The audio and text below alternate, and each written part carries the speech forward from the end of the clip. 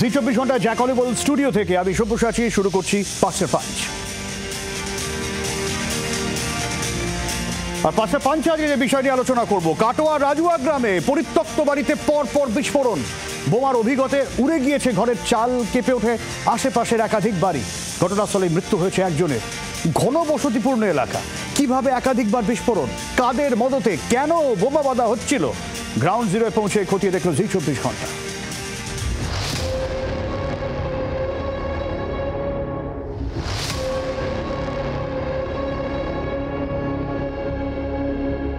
বিস্ফোরণের অভিঘাতে ভেঙে পড়েছে ঘর, উড়ে গিয়েছে বাড়ির চাল, ছিন্ন ভিন্ন হয়ে গিয়েছে দেহ, গাছের ডালে উঠে গিয়েছে জামা। পূর্ব বর্ধমানের কাটোয়া রাজুয়া গ্রামে পরিত্যক্ত বাড়িতে ধারাবাহিক বিস্ফোরণ। শুক্রবার রাত 8:30 নাগাদ মন্টু শেখের বাড়িতে পরপর বিস্ফোরণের জেরে কেঁপে ওঠে এলাকা। দেখলেই বোঝা যাচ্ছে যে বিস্ফোরণের তীব্রতা কতটা ছিল। কার্যত মাটির বাড়ি যেমন ভেঙে গেছে, তার পাশে দেখলে বোঝা যাচ্ছে যে পাকা দেওয়াল সেটিও কার্যত ভেঙে পড়েছে।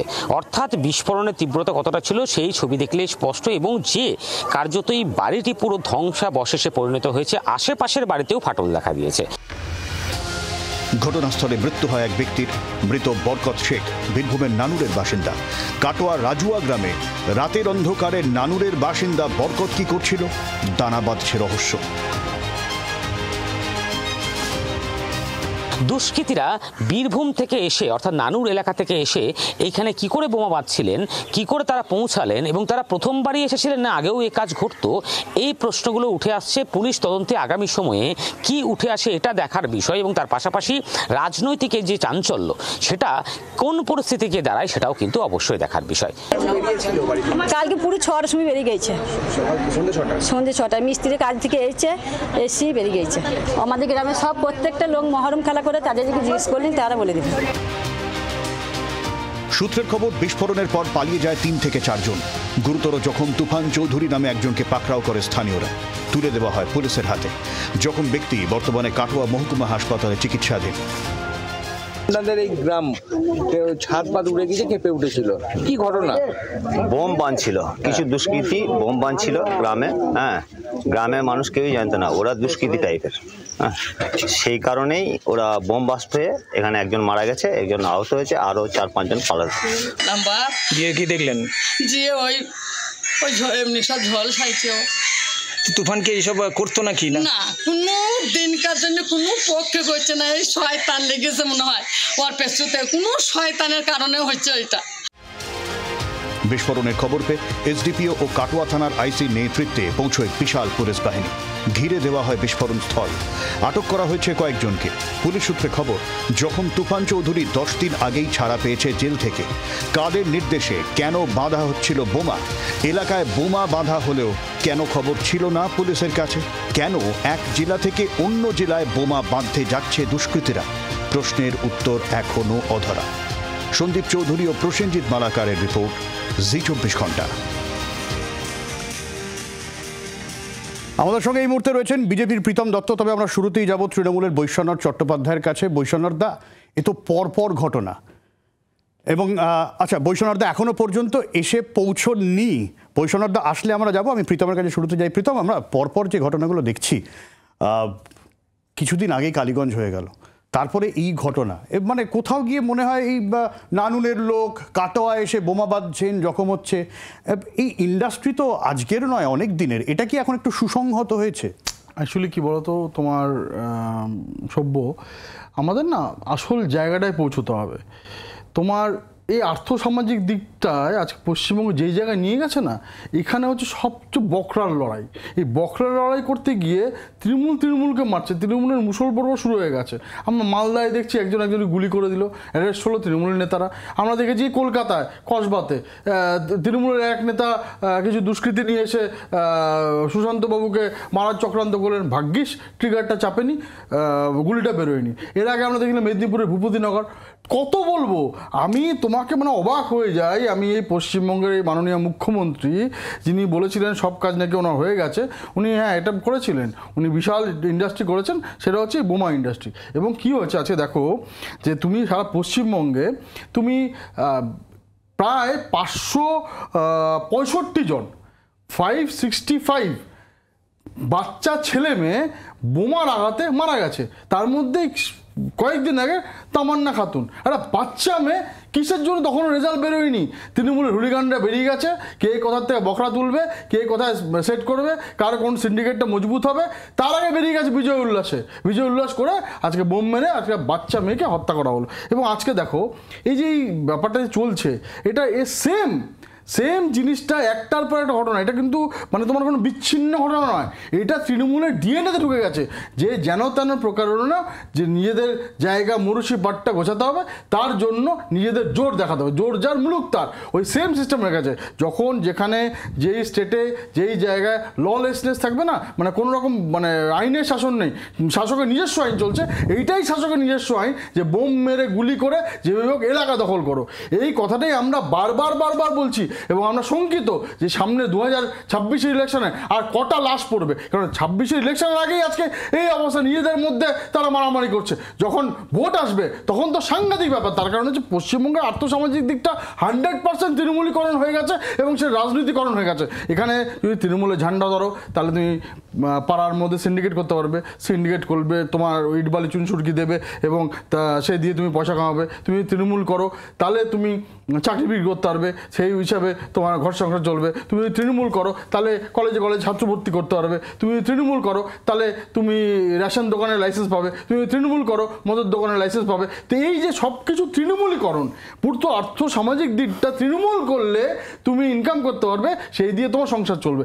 এই হচ্ছে আজকে বাংলার পরিস্থিতি, এবং সেটা করার জন্যই আজকে সবাই সবার জায়গা দখল করার জন্য, কেউ বোমা বাঁধতে গিয়ে মরে যাচ্ছে, কেউ বোমা ফেলতে গিয়ে অন্য বাচ্চা মেয়েকে মেরে ফেলছে, এবং 565টা আমাদের আগামী ভবিষ্যৎ। অলরেডি কেউ মারা গেছে, কেউ সাংঘাতিকভাবে জখম হয়েছে। এই আজকে ওখানকার কাটোয়ার অনেক পুরনো রাজনীতিবিদ, সে রবীন্দ্রনাথ বাবু বলছে ওনাকে নাকি মারার জন্য চক্রান্ত করছিল, হতেই পারে। এবং তার কারণটা হচ্ছে তৃণমূলীকরণ করে আজকে এই পিসি ভাইপোর সরকার যেই জায়গাটা নিয়ে চলে গেছে, সেটাই আমাদের বাংলার ভবিষ্যতে আজকে পরিণত হয়ে গেছে। শুধু ভবিষ্যৎ না, বর্তমান, অতীত, বর্তমান, ভবিষ্যৎ। কিন্তু এই জন্যই আমরা বারবার বলি যে ইলেকট্রালকে যারা ভোট দেবে, তারাই প্রত্যেকটা কথা চিন্তা করে, যেই পার্টিটা বাংলার নবজাগরণ ঘটাতে পারে, বাংলার এই সংস্কৃতি দূর করতে পারে, সত্যিকার আর্থসামাজিক দিকটায় উন্নতি করতে পারে, যেগুলো আমরা অন্যান্য প্রদেশে করে দেখিয়েছি, সেই জন্য আমরা বারবার বলি যে আজকে এটা করতে হবে। এবং ল অ্যান্ড অর্ডার, তুমি বলো তো, আজকে মুখ্যমন্ত্রী ঘোষণা করে বলছেন যে এফআইআর করার আগে একটু ভেবে চিন্তে নেবে। আরে এই জন্যই তোমার এনসিআরবি ডেটাতে তুমি ঠিকঠাক ডেটা পাবে না। তুমি আজকে যে আমি তোমাকে সময়, আজকে যেহেতু বৈশাখা নেই, আমি তোমাকে বৈশাখা এসে গেছে, আমি যাবো এরপরে। দর্শকদের জন্য বলি যে আমি তোমাকে কিছু ডেটা দিয়ে বৈশাখা বলতে সুবিধা হবে যে কোন জায়গায় নিয়ে গেছেন। এই লাস্ট জানুয়ারিতে 2025 বসিরহাট পুলিশের মাঠে বোমাকে বল ভেবে খেলতে গিয়ে আহত 2 শিশু। জানুয়ারি 2025 কোচবিহার বোমা বিস্ফোরণে আহত 2 শিশু, উড়ে যায় হাত। জানুয়ারি 2025 কালিয়াচকে বোমা বিস্ফোরণে গ্রাফিক্সটা আমি চালাতে বলবো। হ্যাঁ, মানে এই সাংঘাতিক অবস্থা। তোমার মে মাস 2024 পান্ডুয়াতে বোমা বিস্ফোরণ, নিহত 1 শিশু, আহত 2 যাদের হাত উড়ে যায়। জানুয়ারি 2023 বল ভেবে খেলতে গিয়ে বোমা ফেটে রক্তাক্ত 6 বছরের শিশু মারা যায়। জানুয়ারি 2023 ডালখোলায় ভয়ঙ্কর বোমা বিস্ফোরণে 2 শিশু, আহত 1। এপ্রিল 2022 মালদা কালিয়াচকের এক তৃণমূল নেতা রাখা বোমায় আহত 5 বছরের শিশু। ডিসেম্বর 2021 এই যে অবস্থা, আমাদের ভবিষ্যৎকে তারা বোম মেরে উড়িয়ে দিচ্ছে। এই হচ্ছে বৈশাখে কি উত্তর দেবে? বৈশাখা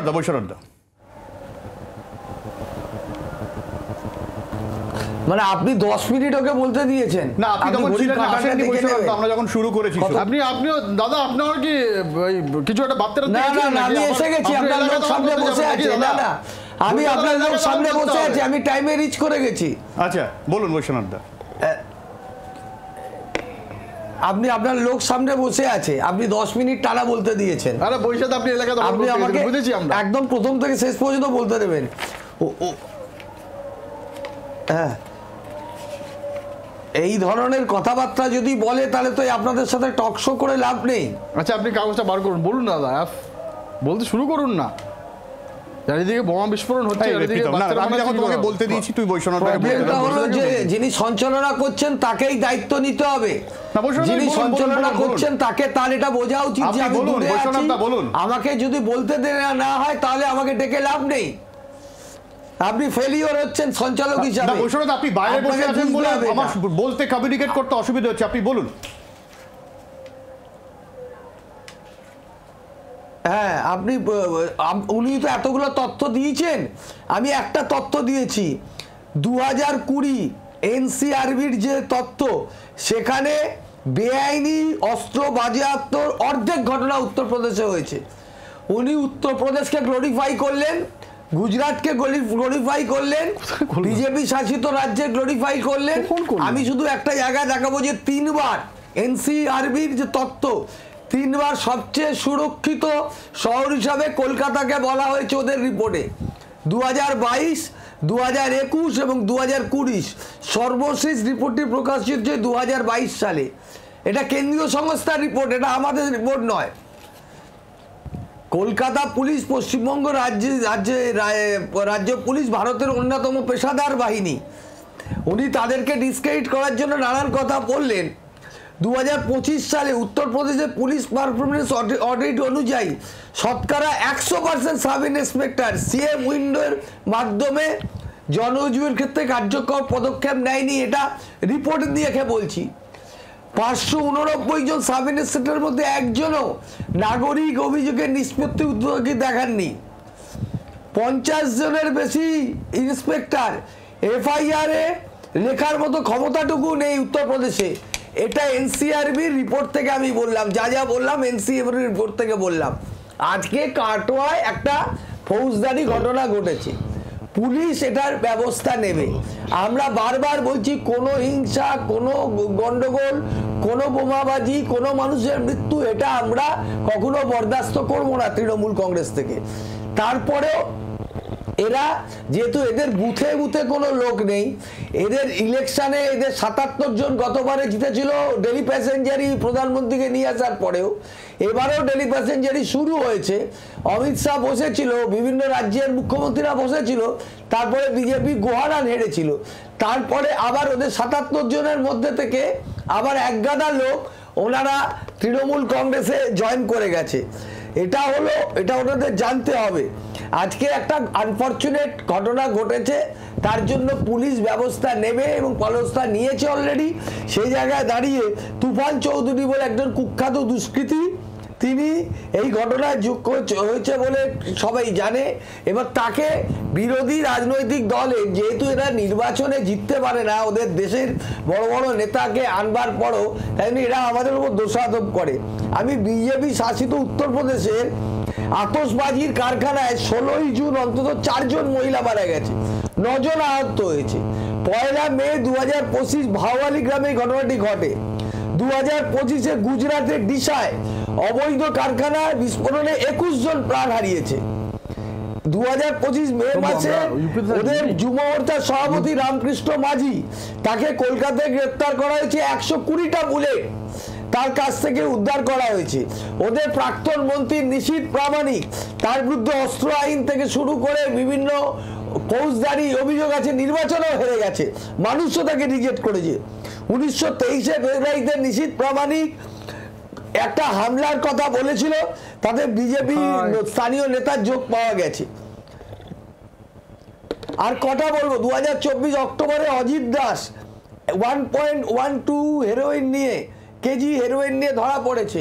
ওদের যে রাকেশ সিং, যাকে ওই খিদিরপুরের অফিস সামলাতে দেয়, সম্বর্ধনাতে গলায় মালা পরায়, সেও এনডিপিএস এর নারকোটিক্সের কেসে। কিন্তু বৈষ্ণবদা আপনি যেটা বলছেন, আপনি যেগুলো বলছেন ওদের বিরুদ্ধে যে অভিযোগ তুলছেন, আপনি যে প্রীতম যে অভিযোগ আপনাদের বিরুদ্ধে তুলছে, দুই ক্ষেত্রেই তো রাজ্যের আইন শৃঙ্খলা নিয়ে প্রশ্ন উঠে যায়। প্রীতম আসবো, দুই ক্ষেত্রেই রাজ্যের আইন শৃঙ্খলা নিয়ে প্রশ্ন উঠে যায়, দুই ক্ষেত্রে পুলিশের ভূমিকা নিয়েও প্রশ্ন উঠে যায়।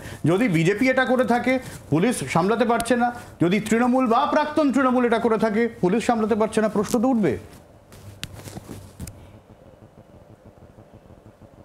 না। বিজেপি শাসিত রাজ্যে যে বিজেপির গুন্ডা বাহিনী চলছে, সেখানে এনকাউন্টার ডেথ হচ্ছে, যোগী গেরুয়া বসন পরে মানুষকে খুন করছে, বা অমিত শাহ তিনি beg to নিজে differ, টানা I beg to differ, owner I beg এগেইনস্টে to কিন্তু differ. গুজরাটে দাঙ্গার তাহলে তো অভিযোগ মমতা ছিল। ব্যানার্জি দাদা উনি এত যে কাস্টাডিতে মমতা ছিলেন, ব্যানার্জি করেছে, নরেন্দ্র আপনার কথা মতো। মোদীকে তাহলে নামে মমতা ব্যানার্জি অ্যালিগেশন খুনি, ছিল। তাহলে মমতা ব্যানার্জি সাদা কাপড়ে এই যে- সব খুনের দাগ লেগে আরে আছে আপনার মতো, অমিত তাই শাহ তো? কাস্টাডি এটা আপনি কি কেটেছে, আপনি বলছেন? জানেন কি না বলছেন? তাহলে? আরে অমিত লয়াররা- শাহ কাস্টাডি কেটেছে প্রীতম, তখন তুমি তৃণমূলে ছিলে। প্রীতম তুমি তৃণমূল থেকে গেছো, তুমি খবর রাখো না? অমিত শাহ কাস্টাডিতে ছিল, জেলে ছিল গুজরাটের দাঙ্গার জন্য। ওনাকে গুজরাটের আরে দাদা, ঢোকা বারণ আমরা তো ছিল। না গুজরাটে থাকি, এগুলো না তুমি ইউপিতে জানো না, থাকি। তুমি তো অন্য আমরা পার্টি থেকে পশ্চিমবঙ্গে গেছো। থাকি।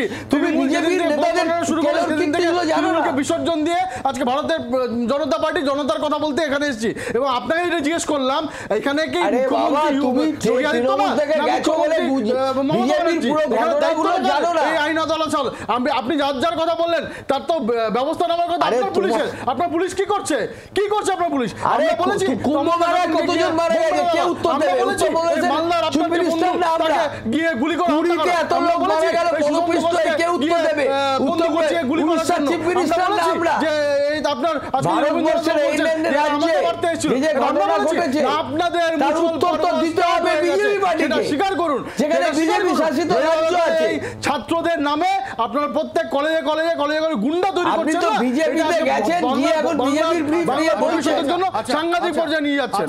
আচ্ছা হয়েছে। আরে গুন্ডা কাদের দলে আছে ভারতবর্ষের দেখা মানুষ যাচ্ছে তো সেটা জানে। একটার পর একটা, আমরা কোনো একটার গুন্ডা পর বস্তানকে একটা কোনো রেপের গুরুত্ব ঘটনা। দিই না। আপনার TMC তোমাদের তো ওই গুন্ডারাই বাচ্চা বাবা মঞ্চে উঠে বক্তৃতা করে। আপনার টাকা পয়সা আর আচ্ছা, প্রীতম, ফ্র্যাঙ্কেস্টাইনে পরিণত করেছে। কি এটা বলছেন বাংলার আপনি? ভবিষ্যতে আমাদের সাংঘাতিক গুন্ডাদের জায়গায় দিয়ে চলে আপনার যাচ্ছে। এটাকে স্বীকার করুন সরকার বলছেন। চালান, অমিত শাহ নামে কাস্টাডি কেটেছে। প্রীতম বৈশ্বনাথ দা আসছি, প্রীতম বৈশ্বনাথ দা আমাদের গুন্ডা বলছেন। আসবো। আমি একটাই প্রশ্ন দুজনকে করছি, প্রীতম শুরুতে তুমি বলবে, তারপর বৈশ্বনাথ দাকে বলতে দেবে। উত্তরপ্রদেশে ঝাঁসিতে ঠিক আছে, আমি আসবো। আমার কথা হচ্ছে প্রীতম, কোনোভাবে এই 26-এর আগে আবারও কি এই বোমা, আমি আসবো বৈশ্বনাথ দাস, এই বোমা বারুদ, উত্তরপ্রদেশের ফেলিওরটার উত্তর তো ওদের দিতে হবে। আমি আসবো বৈশ্বনাথ দা আসবো। এই 26-এর আগে কি বোমা বারুদ এই আশঙ্কাটা আরো জোরদার হচ্ছে নাকি এগুলো বিচ্ছিন্ন ঘটনা? না, সাংঘাতিক তো। এই জন্য তো আমাদের বিরোধী দল বারবার বলছেন যে যখন ইলেকশনটা হবে সেই ইলেকশন যেন আমি আসবো, 100% আপনার রাষ্ট্রপতি শাসনে হয়। তার কারণ হচ্ছে আপনারা তো দেখছেন যে ওখানে কোনো গোষ্ঠীদ্বন্দ্বের মধ্যে তৃণমূলকে মারছে, দেখছেন না কসবাতে তৃণমূলের নেত্রীকে তৃণমূলের নেতা ধর্ষণ করে দিচ্ছে। তো এটা তো তৃণমূলকে মারছে। আপনার মালদাতে তৃণমূলের নেতাকে তৃণমূল নেতা গুলি করে দিচ্ছে। আপনার কসবাতে তৃণমূলের নেতাকে তৃণমূলকে গুলি করার জন্য বন্দুক টিকার চেপে দিয়েছে, শুধু গুলিটা বেরোয়নি। এটা তৃণমূল সংঘর্ষ। এই বাংলার উপজেলা থেকে শুরু করে আজকে যে অনুব্রত মণ্ডল, যিনি সবার সমক্ষে তোমাদের ক্যামেরা আমাদের টিভিতে সব জায়গায় দেখেছি যে বলছে পুলিশকে বোমা মেরে উড়িয়ে দেবো, আজকে মমতা ব্যানার্জিকে বলছে যে ওই রকম ভাবে সাজাবো, নানুনের ঘটনার মতো বকটুরির ঘটনাটা সাজাবো। উনি কে আজকে কোন রকম ব্যবস্থা নিয়েছে, তারপর পুলিশকে গালাগাল দিচ্ছে, নানা রকম অকথ্য ভাষায় তার মা বোনকে টেনে নিয়ে যাচ্ছেন বিছানায়। সেই অনুব্রত মণ্ডলের বিষয়ে কোন রকম ব্যবস্থা নিয়েছেন দাদারা? কোন রকম ব্যবস্থা নেননি। আজকে পশ্চিমবঙ্গ সমাজকে, বাঙালিকে কোন জায়গায় নিয়ে যাচ্ছেন? বাঙালি সমাজের মাথা হেট হয়ে যাচ্ছে সরকারের বিরুদ্ধে। আচ্ছা ঠিক আছে বৈশ্বনাথ।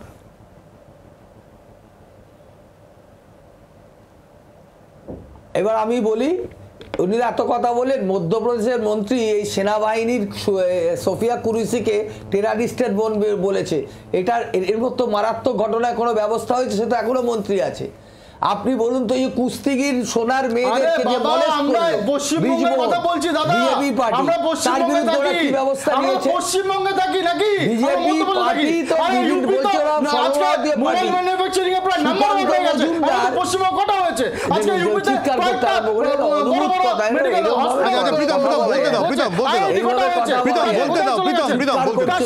প্রীতম বলতে দাও। চিৎকার করে কি হবে? আরে বিজেপি আপনাকে দেবে না গুরুত্ব, আপনি যতই চিৎকার করুন। আমি একটা কথা বলছি শুনুন, এই যে সুকান্ত মজুমদার বলছে যে বাড়িতে মমতা ব্যানার্জি এত ছবি দেখে, বাড়িতে বইয়ের মুখ দেখলেও নাকি মমতা ব্যানার্জির মুখ মনে পড়ে। এটা একটা অসভ্য কথা নয়, এটা একটা অশ্লীল কথা, ইঙ্গিত নয়। তাহলে কি বলবো ওদেরকে? কি বলবেন আপনি? ওদের নেতারা কখনো বলেছে মুখ্যমন্ত্রীকে? আমার নির্দিষ্ট প্রশ্ন ছিল 26-এর আগে এই বোমাগুলি এই বিষয় নিয়ে আরো আশঙ্কা বাড়তে পারে কিনা? পশ্চিম বাংলায় আমরা যতদিন আছি এখানে নির্বাচন হয়েছে 8 দফা 9 দফা, কোনো জায়গায় কোনো রকম যাতে না হয় তার জন্য কেন্দ্রীয় বাহিনীকে নামানো হয়েছিল, তা আমরা জিতেছি। আর জিতে যাবার পরেই তখন বলছি এইখানে এই হয়েছে সেখানে সেই হয়েছে, কিছু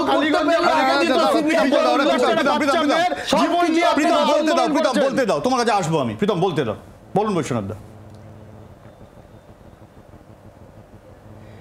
আপনি বলুন, গতবারে 8 দফায় নির্বাচন হয়েছে, এবারে লোকসভাতেও এতগুলো দফায় নির্বাচন, প্রতিবার তো বিজেপি হারছে, প্রতিবার তো অবস্থা খুব খারাপ। আপনি বলুন না, তার নির্বাচনে হেরে যাবার পরে তখন আবার পরাজিত আর্তনাথের মতো চিৎকার করবে। এবারেও দেখবেন আপনি 2026-এ যেই হেরে যাবে আগে থেকে চেষ্টা করছে প্লট তৈরি করা, যে আমাদের মারছে।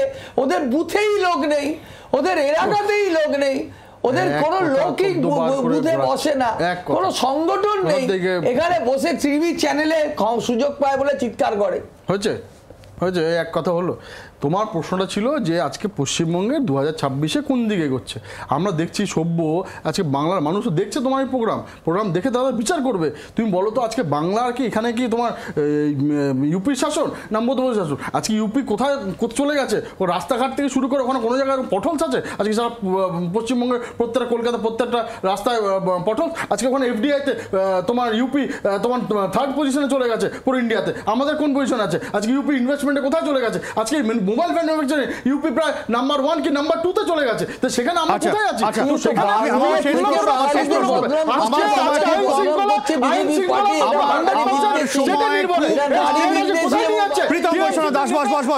আরে 2 মিনিট আছে, আর প্রীতম আর 2 মিনিট আছে, আমি শেষ প্রশ্ন করবো সবাইকে। প্রীতম প্লিজ, প্রীতম তোমায় দিয়ে শেষ করবো আমি, 2 মিনিট আছে। বৈশ্বনাথ দা আমার কাছে 2 মিনিট আছে, 1 মিনিটের জন্য আপনার কাছে উত্তর চাইছি। বৈশ্বনাথ দা, রাস্তা দেখিয়েছে, নবজাগরণ হয়েছিল বাংলায়। বৈশ্বনাথ দা 30 সেকেন্ড, আপনি 30 সেকেন্ড, প্রীতম শেষ। বাংলায় কি কোনো বোমা শিল্প আছে? যদি থেকে থাকে তাহলে ভবিষ্যৎকে, আর যদি না থেকে থাকে তো গন্ডগোল মিটেই গেল। বৈশ্বনাথ দা 30 সেকেন্ড। বাংলায় মমতা বন্দ্যোপাধ্যায় গণতন্ত্রকে প্রতিষ্ঠা করেছেন। 21শে জুলাই আমরা শহীদ স্মরণ করতে যাই, সেখানে দাঁড়িয়ে বাংলার গণতন্ত্রকে পদদলিত করার জন্য মার্ক্সবাদী কমিউনিস্ট পার্টি করেছে। এখন বিজেপি চেষ্টা করছে বহিরাগতদেরকে এখানে নিয়ে এসে তাদের দিয়ে ভাষণ দেওয়াবে, আমাদের বাংলার মানুষকে ওদের কথা শুনতে হবে। আমরা ভারতবর্ষকে রাস্তা দেখিয়েছি, আমরা সারা পৃথিবীর মধ্যে আমাদের বাংলার বাঙালিদের সেই জায়গা রয়েছে। বিজেপি পার্টি বাঙালি বিরোধী দল একটা, সে বদনাম করার জন্য এই ধরনের করছে। বাংলায় কোনো বোমা শিল্প নেই, বাংলার মগজরা সারা পৃথিবীকে চালায়, ওরা জানে না, ও তো বাঙালি বিদ্বেষী একটা পার্টি। এই জন্য বাংলাকে ছোট করার জন্য সর্বশ্রেষ্ঠ মহানায়ক শ্যামাপ্রসাদ মুখার্জি, যিনি এই পশ্চিমবঙ্গকে ছিনিয়ে নিয়ে এসেছিলেন পূর্ব পাকিস্তান থেকে, তার পার্টি আমরা। এবং আজকে তোমার যে প্রশ্নটা ছিল, বোমা কারখানার কোম্পানির নাম হচ্ছে তৃণমূল কংগ্রেস প্রাইভেট লিমিটেড, যার চেয়ারম্যান মমতা ব্যানার্জি, ডাইরেক্টর অভিষেক ব্যানার্জি। আজকে যেভাবে চারিদিকে শুধু কলকাতা থেকে শুরু করে গ্রামে গ্রামে চারিদিকে বোমা ফাটছে, আমাদের 561 জন বাচ্চা ছেলে মেয়ে। আমার সময় একদম শেষ। অনেক ধন্যবাদ প্রীতম, অনেক ধন্যবাদ বৈশ্বনাথ দা। ফিরে আসছি বিরতির পর, সঙ্গে থাকুন।